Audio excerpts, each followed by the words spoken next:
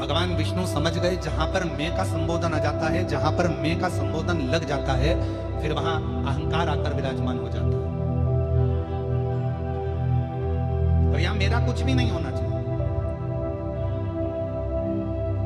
कथा करवाने वाला शिव, कथा बाचने वाला शिव और कथा सुनने वाला भी शिव। कितनी सुंदर बात कही कि स्वयं ईसर जी और गोरा जी के रूप में भगवान शंकर पार्वती गणा और गौर बनकर शिव महापुराण के यजमान बनकर कथा को श्रवण कराते हैं, श्रवण करते हैं, कराते हैं। स्वयं शिव।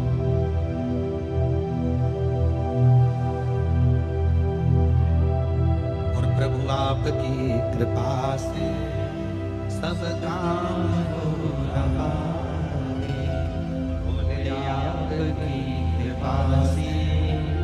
सब काम हो रहा है। करते हो भोले बाबा मेरा नाम हो रहा है, करते हो भोले बाबा मेरा नाम हो रहा है। भोले आपकी कृपा से सब काम हो रहा है, शंभु आपकी कृपा से सब काम हो रहा है। भगवान ब्रह्मा जी ने जैसे ही कहा कि मैं सृष्टि की रचना कर रहा हूं, तो भगवान विष्णु की बुद्धि में आ गया कि अहंकार समाहित।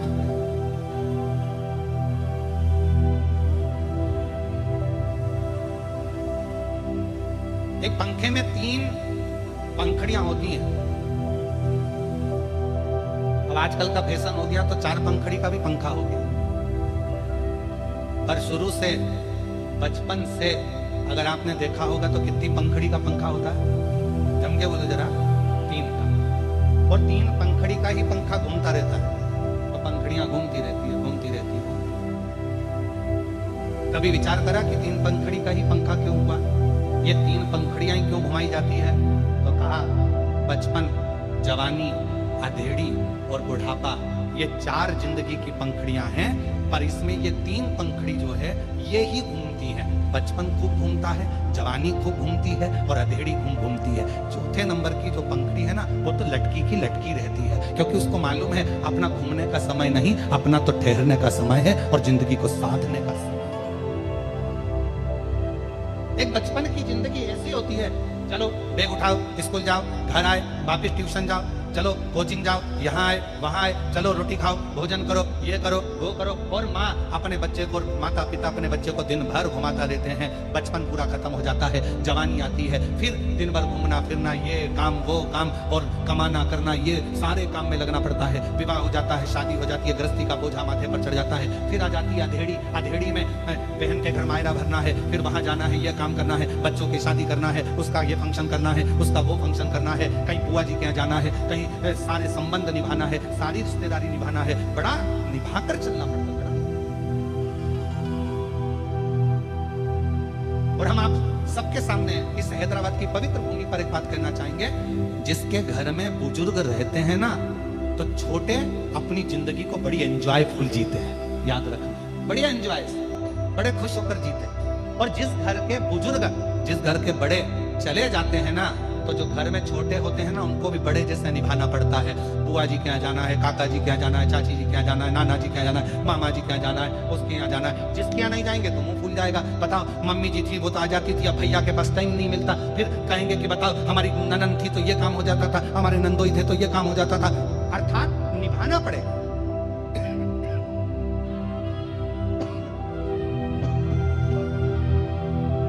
बहुत निभाना।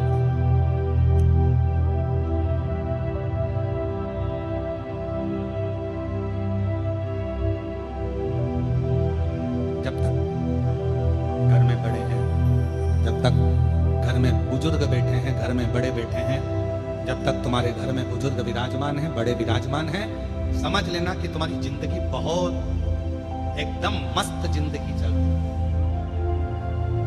बड़े के होने से, बुजुर्ग के होने से।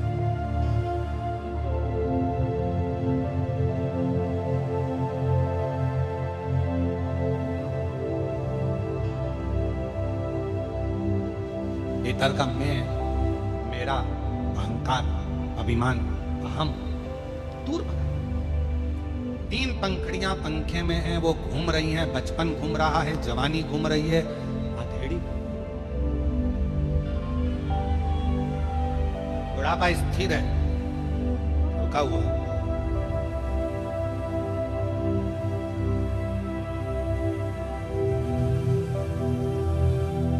और जब ये बचपन, जवानी, अधेड़ी निरंतर घूमती रहती है, निरंतर घूमती रहती है, भागती रहती है, तब तक व्यक्ति की जिंदगी में सुकून, शांति नहीं। किसी ने पूछा शिव नाम में है क्या? हम कहते हैं शिव नाम में शांति है।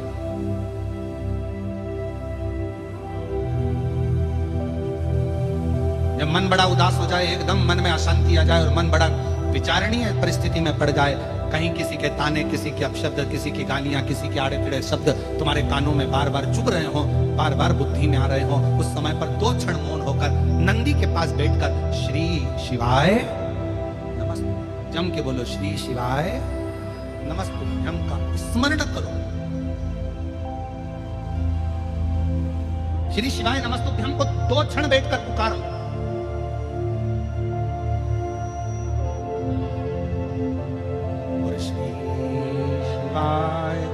नमस्तुभ्यं श्री शिवाय नमस्तुभ्यं श्री शिवाय नमस्तुभ्यं श्री शिवाय नमस्तुभ्यं श्री शिवाय नमस्तुभ्यं श्री शिवाय नमस्तुभ्यं। 2 क्षण बैठो शिव की साक्षी में, भगवान शंकर की साक्षी में, और 2 क्षण में भगवान शंकर के स्मरण को, पंचाक्षर मंत्र नमः शिवाय, षडाक्षर मंत्र ओम नमः शिवाय या फिर श्री शिवाय नमस्तुभ्यम मंत्र का उच्चारण एकदम आनंद के साथ करना प्रारंभ करो। धीरे धीरे धीरे धीरे मन की शांति अपने आप आना प्रारंभ करो। और यहां तक शिव महापुराण की कथा कर रही है।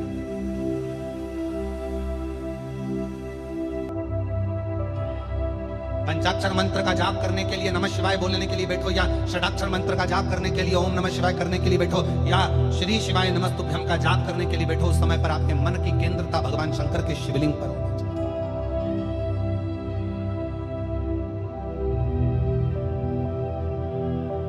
आपके मन का चिंतन पूरा शिवलिंग की ओर होना चाहिए।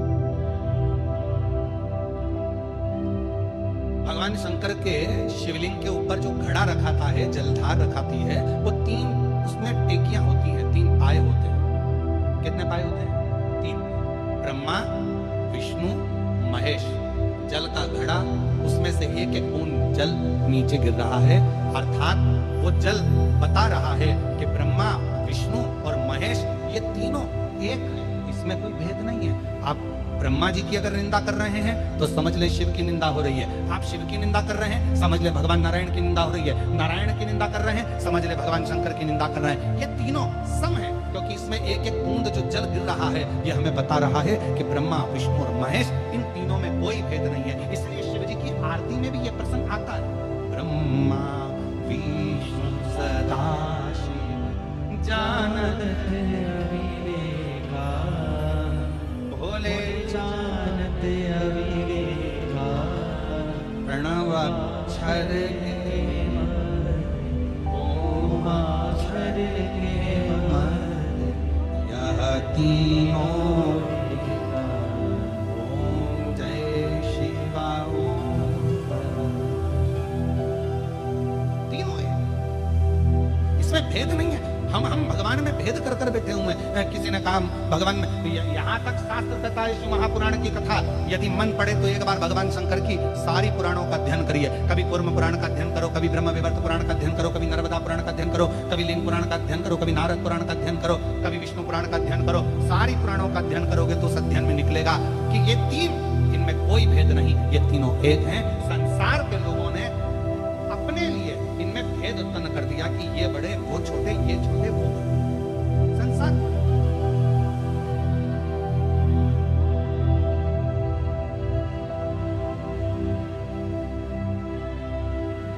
शिव कथा कर रही है, भगवान शंकर का चरित्र कर रहा है, शिव महापुराण की कथा कर रही है। ब्रह्मा जी का थोड़ा सा अभिमान देखा और ब्रह्मा जी ने कहा कि मैं सृष्टि की रचना कर रहा हूं, मैं भगवान देखकर सुनकर स्तुत बोले नहीं।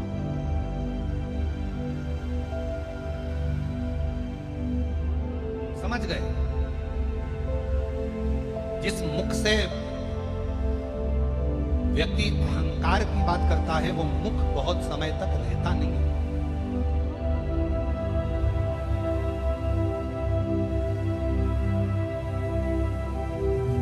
और ये प्रसंग आप लोगों ने हमेशा सुना होगा कि देवऋषि नारद ने भी अहंकार कर लिया था तो देवऋषि नारद को भी बंदर का मुख लगा था। फिर एक प्रसंग सुना होगा कि माता सती के पति शिव हैं और रति के पति कामदेव हैं, साड़ू भाई हैं दोनों। पर एक दिन कामदेव ने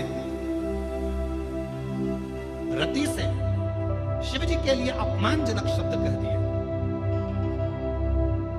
और जब अपमानजनक शब्द भगवान देवाधिदेव महादेव के लिए कहे गए, भगवान शंकर के लिए बोले गए, तब रति उस स्थान पर मौन होकर चुप होकर सुनती रही। पर रति के नैनों से नीर बहती,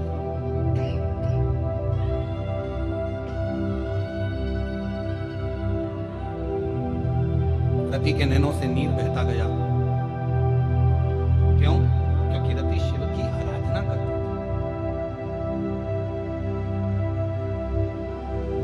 रति भगवान शंकर की आराधना में डूबी रहती थी, इसलिए उसके नैनों से केवल नीर बहता, केवल हुआ क्या? कामदेव जब जलकर भस्म हुए, कामदेव जब जलकर भस्म हुए, रति दौड़ कर आई और भगवान शंकर के सामने आकर खड़ी हो गई थी। जिस समय पर भगवान शंकर को क्रोध इतना तीव्र आ रहा था कि आम के पल्लव में छुपे हुए कामदेव जलकर भस्म हो जाते हैं, शिव जी को इतना क्रोध आ रहा था कि कोई देवता उनके सामने जाकर खड़ा होना नहीं चाह रहा था। शिव जी को इतना क्रोध आ रहा था कि कोई देवता उनके सम्मुख नहीं जा रहा था। क्यों? क्योंकि शंकर भगवान की अगर दृष्टि पड़ गई तो जलकर भस्म होना पड़ेगा। और उस स्थान पर कामदेव की धर्मपत्नी रति आकर खड़ी हो जाती।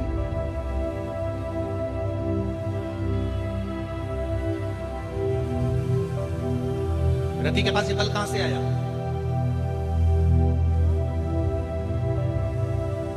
रति के पास ये बल कहां से पहुंचा? एक कोई व्यक्ति होता है बड़ा अकड़ में बात करता है, अरे तुम मुझे जानते नहीं हो।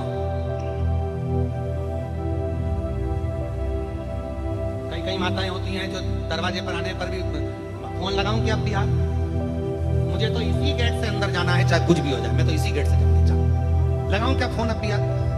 मतलब इसके पीछे कोई ना कोई है, इसके पीछे कोई ना कोई बुलंद, कोई बड़ा, कोई बुजुर्ग, कोई व्यक्ति, दमदार व्यक्ति इसके पीछे है। इसीलिए ये इतने अकड़ में, इतने क्रोध में, इतनी बल में बात कर रही है।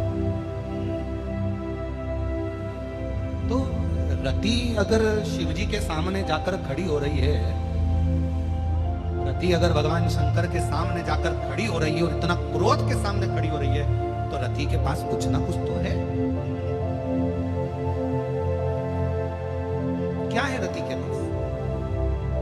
क्या करती थी रति? कहा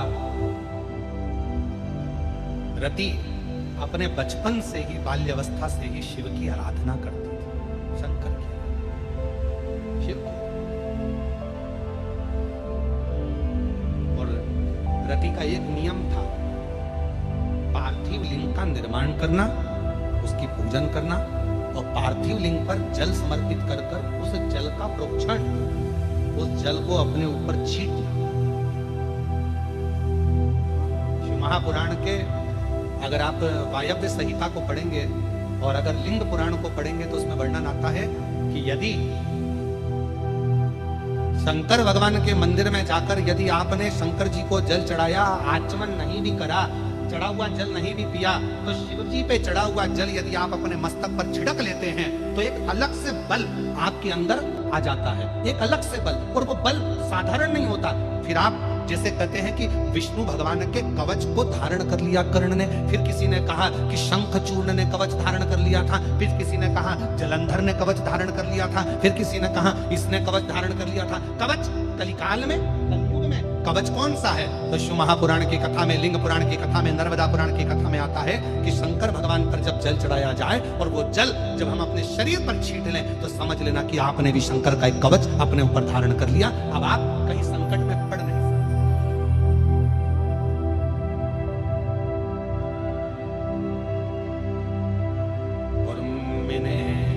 तेरे ही भरोसे बाबा, तेरे ही भरोसे हवा विच उड़ती जागी बाबा, डोर चढ़ी ना कटी जागी।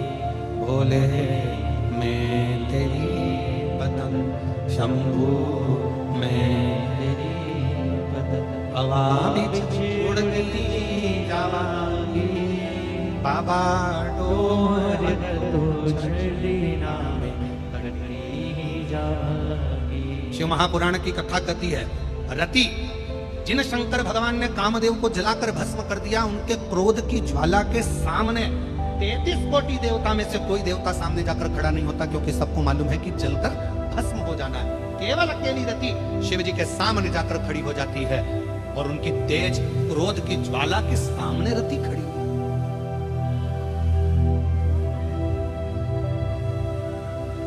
इतना बल, इतनी प्रबलता मिली कहां से? और मेरी जीजियों, मेरे जीजाओं, मेरी बेटियों, बेटाओं, मेरी माताओं, मैं आप सबसे निवेदन करूं, रोज प्रतिदिन ऐसा कोई दिन नहीं जाना चाहिए जिस दिन आप शंकर जी को जल ना चढ़ा। प्रतिदिन अपने घर के अंदर, अगर मंदिर नहीं जा सकते तो घर के अंदर एक छोटे से छोटा शिवलिंग अवश्य रखो। अब कई लोग कहते हैं गुरुजी हमारे यहाँ पर एक शिवलिंग है पहले का, और किसी के यहाँ गए थे तो उसने हमको दूसरा शिवलिंग दे दिया, तो रख सकते हैं कि नहीं रख सकते?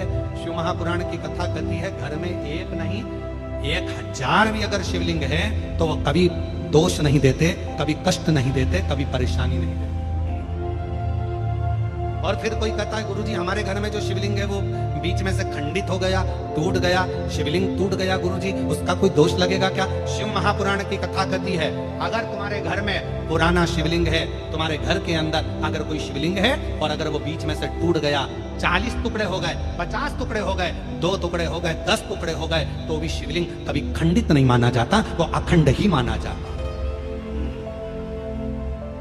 शिवलिंग कभी खंडित नहीं माना जाता।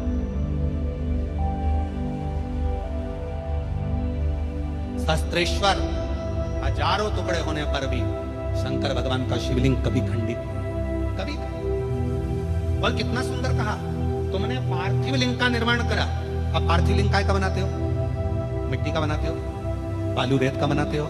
मान लो आप लोगों ने पार्थिव लिंग का निर्माण करा और पूजन करते करते ब्राह्मण देवता पूजन करा रहे हैं, आपने जल चढ़ाया, जल चढ़ाते से ही वो मालूम पड़ा शिवलिंग, पार्थिव लिंग का निर्माण करा, वो पार्थिव लिंग थोड़ा सा खंडित हो गया, पार्थिव लिंग कहीं बीच में से टूट गया, कहीं कुछ हो गया, या गलकर उस पानी में गलता गया। आपके मन में आया कि बताओ मैंने पार्थिव लिंग का निर्माण करा था और वो पानी में गल गया, टूट गया, खंडित हो गया, ऐसा हो गया, वैसा। ना ना ना ना, ब्राह्मण देवता पूजन करा रहे हैं, आपने पार्थिव लिंग का निर्माण कराए, पार्थिव लिंग की पूजन चालू कर दी, और पूजन चालू करने के बाद में अगर आप उस पर पानी चढ़ा रहे हैं, जल चढ़ा रहे हैं, और वो पार्थिव लिंग अगर आपका थोड़ा बहुत भी खंडित हो रहा है, गल रहा है, जल में जा रहा है, या उसका रंग जा रहा है, या इधर से जहां से जल चढ़ा रहे थे वहां से पूरा धुलते चले जा रहा है, तो ये मत सोचना कि वो खंडित हो गया। नहीं, पार्थिव लिंग का मतलब होता है कि मिट्टी के छोटे छोटे कण, बालू रेत के छोटे छोटे कण एक जगह पर एकत्रित कर लिए और उस पर आपने जल चढ़ाना चालू करा। पार्थिव लिंग का मतलब होता है कि एक शिवलिंग की पूजन नहीं, पार्थिव लिंग का मतलब होता है उस लिंग को बनाने के लिए जितनी मिट्टी लगी, उस मिट्टी में जितने जितने कण थे, जितने छोटे छोटे कण थे, वो सब एक जगह पर इकट्ठे हो गए। तो हमको केवल एक पार्थिव लिंग पूजन का फल नहीं, हजारों पार्थिव लिंग पूजन का फल एक साथ प्राप्त हो जाता है। उसकी खंडिता नहीं, वो खंडित नहीं हुआ है। वो टूटा नहीं है, उसमें खंडितता नहीं आई।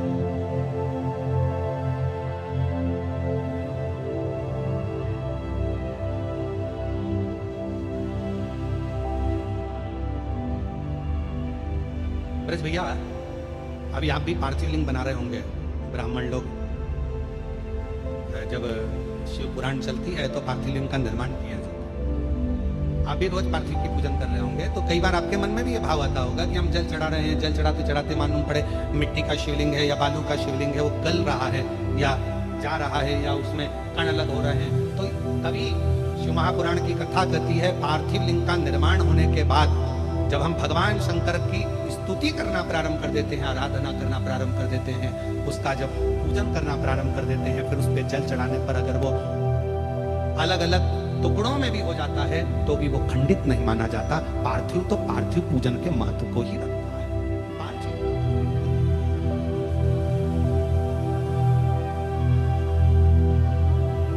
पुरुषम